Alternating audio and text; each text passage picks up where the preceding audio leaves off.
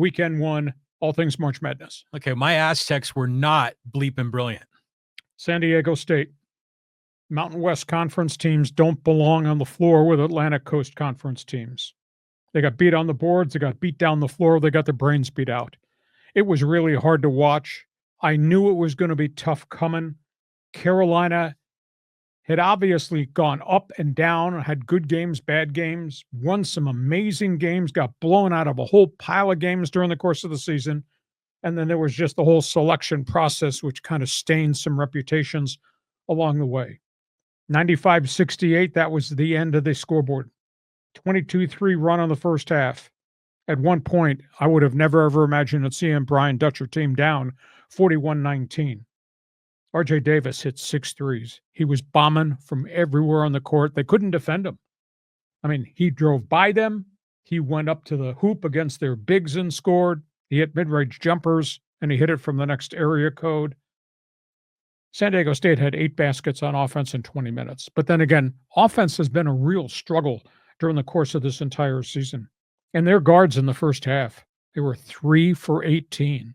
And that was not a one-time incident because their guards staggered a lot during the second half of the season.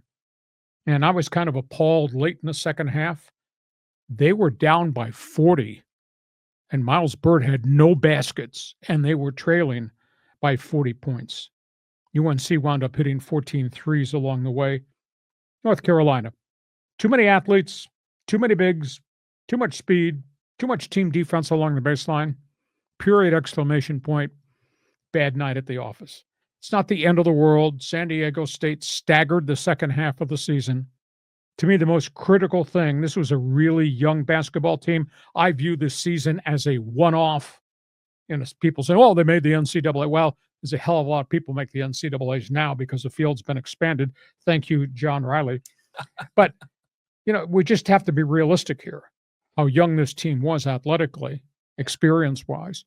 And the reality was, when the Aztecs went to the Sweet 16, when the Aztecs went to the Final Four, when the Aztecs played UConn in the championship game a couple of years ago, that was with a preponderance of 5th and 6th year guys who stayed in school, got the extra year via COVID.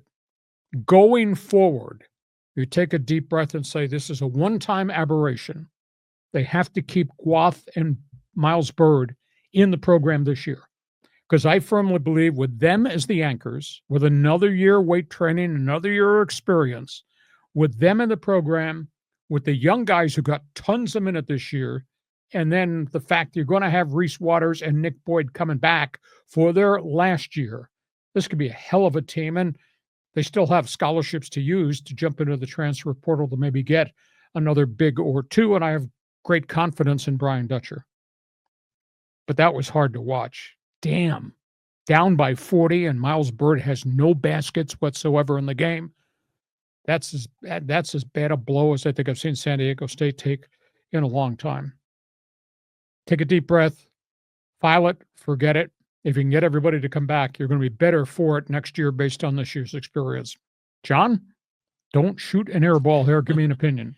This is a classic case of everything that could go wrong went wrong. Okay, you figure that they back themselves into a corner here by going down the stretch, losing games, losing first round to Boise. They get a play-in game. Then the whole thing about the North Carolina controversy, which only made, R.J. Davis and all of his teammates all fired up. So they wanted to prove that they were legit. The Aztecs have to fly like 2/3 of the way across the country. They get the news on Sunday. They fly Monday morning. They have a game Tuesday night rather than give them another day on Wednesday. When they rolled into the hotel, I saw the video. The players were dragging. Even John Schaefer looked tired, So, and then during the game, so many shots the Aztecs hit, rattled in the rim and rattled out. And then meanwhile, Carolina was, like you say, hitting from every area code, often with an Aztec defender in their face. It was just one of those things where nothing worked. Bad day at the office. File it, forget it. Yes. But to me, the most critical thing is not to lose Gwath, not to lose Miles Byrd. And by the way, those kids are not ready to put their name in the NBA draft. They just need to come back, learn and play. Learn from Ledee, learn from what Nathan Menson experienced, and become better players. guarantee a year from now, this team will be playing in the first round, in the second round, and maybe even deeper if they can keep this collective core together. Well, they're going to get a lot of NIL offers. They're going to be throwing six figures. Certainly at Magoon Gwath. I mean, he'll get a lot of offers. So no guarantee this whole thing stays together. But I agree with you. If they keep it together, watch out next year. So that's all things San Diego State. You're an Aztec fan, friend, alum, including those who have emailed me who are haters. Jump on board. Fans Forum chat box is open. If you have an opinion, please express it.